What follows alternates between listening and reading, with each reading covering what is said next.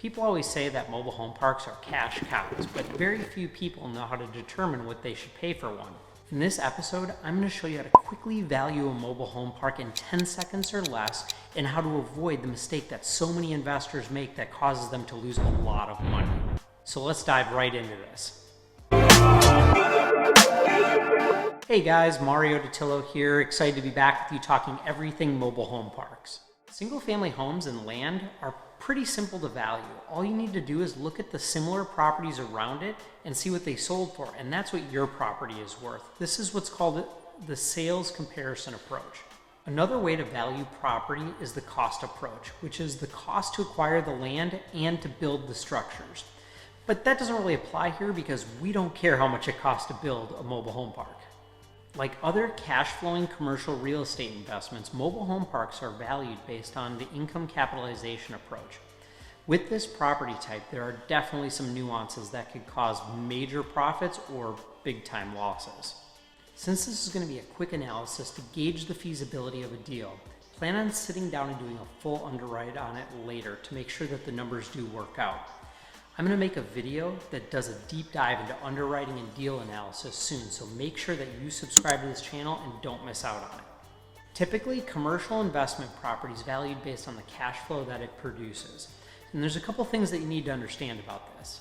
Values are based on the going market cap rate, which is really an unlevered return that investors see as acceptable in the marketplace based on a specific property type. There's some other variables such as interest rate or quality of asset and things like that that we're not going to get into this video just for time reasons. So here's a calculation for you. Take the net operating income from the cash flow of the property and divide it by the purchase price, and that's going to give you your unlevered return, also known as a cap rate. So here's the calculation on how to determine what a mobile home park is worth. Start out with the total number of lots occupied by salvageable homes.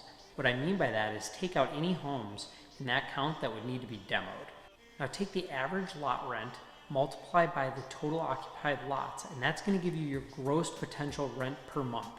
Multiply that number by 12 to annualize it. So now you've got your annual gross potential rents. Multiply that by 0.6 if the park is responsible for the utilities and 0.65 if the residents are. Your expense ratio is lower when you pass the utilities through to your residents. It also creates stability and predictability because now you don't have to worry about how much water and sewer your residents use. The result of that calculation is your net operating income, also known as NOI. It's your net before debt. Divide the NOI by the market cap rate, and that gives you the value. Do the same calculation using market rents and target occupancy, along with maybe changing the expense ratio if you plan to bill back the utilities, and that's going to give you your stabilized value. The difference between the two values is an estimate of the amount of value you added to the property. Let's do an example calculation so you can really understand what I'm talking about. Let's take 100 occupied lots multiplied by $300 a month lot rent.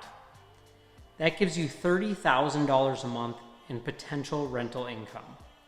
Multiply that by 12 months, that's going to give you $360,000 for an annual gross potential rent. We're going to take that times 0.6 since the park pays the utilities.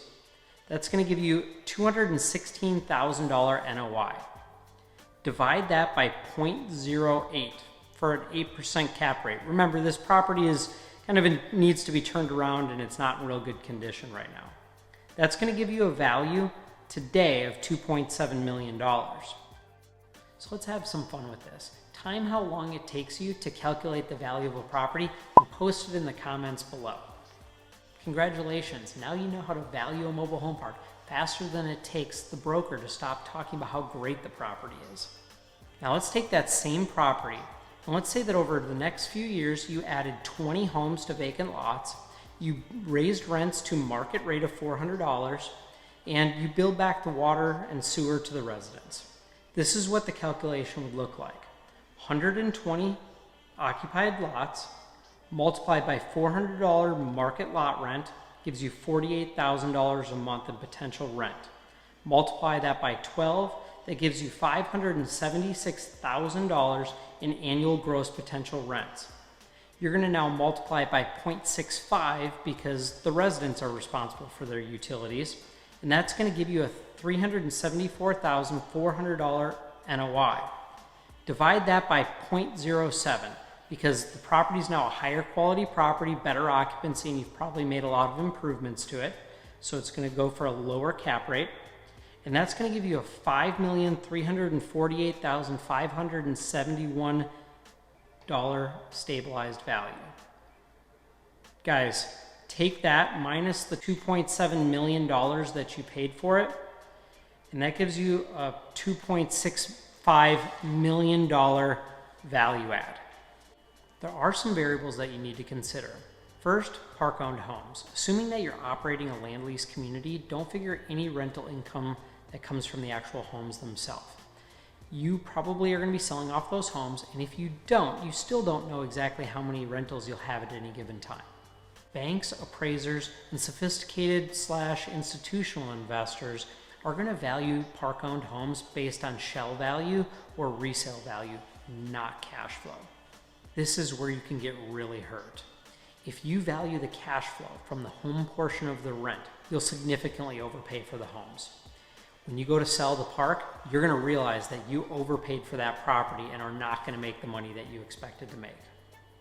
Second thing to think about is property taxes in high tax markets. States like Florida have about a 1% tax rate, where states like New Jersey are a 2.21% tax rate. So that's going to have some weight on your expense ratio. Third thing to consider is insurance rates. If you're in a market that's prone to hurricanes or flooding or tornadoes, or maybe it's a high crime area, your insurance rate's going to be higher. Premiums on property that require flood insurance, depending on the zone, can become much higher. States like Florida are going to be higher insurance than, let's say, Iowa, and California areas that are prone to fires are going to be higher than Indiana. So take that into consideration. Premiums can be as much as double based on the risk. You don't need to go and get an insurance quote just to do this back of the napkin analysis, but it is important that you understand the markets that you're investing in, and if you are prone to flood or you're in a hurricane zone, then expect to have a little higher expense ratio. A great way to determine what the insurance rates look like in a market that you're looking to invest in is get with a mobile home park specific insurance agent, because they're going to know all the nuances of this property type and what kind of coverages you need. The fourth thing that you should consider is cap rates. Know what the market cap rate is and what you're comfortable buying at.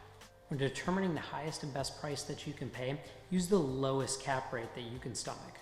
When considering what others will value a property for either now or in the future, be conservative.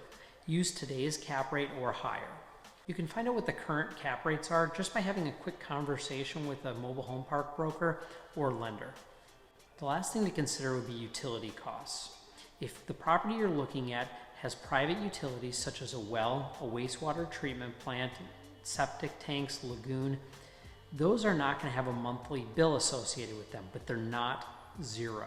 They have some cost to maintain them, and over time, they can be very large costs. I know I got a bit in detail on some of the things to consider, but if you're just going to do a quick analysis, use the 35 or 40% expense ratio that we used in the example. Knowing this calculation can be hugely beneficial in determining opportunities, avoiding wasting time on properties that are just overpriced, and negotiating when you don't have a lot of documentation to go off of.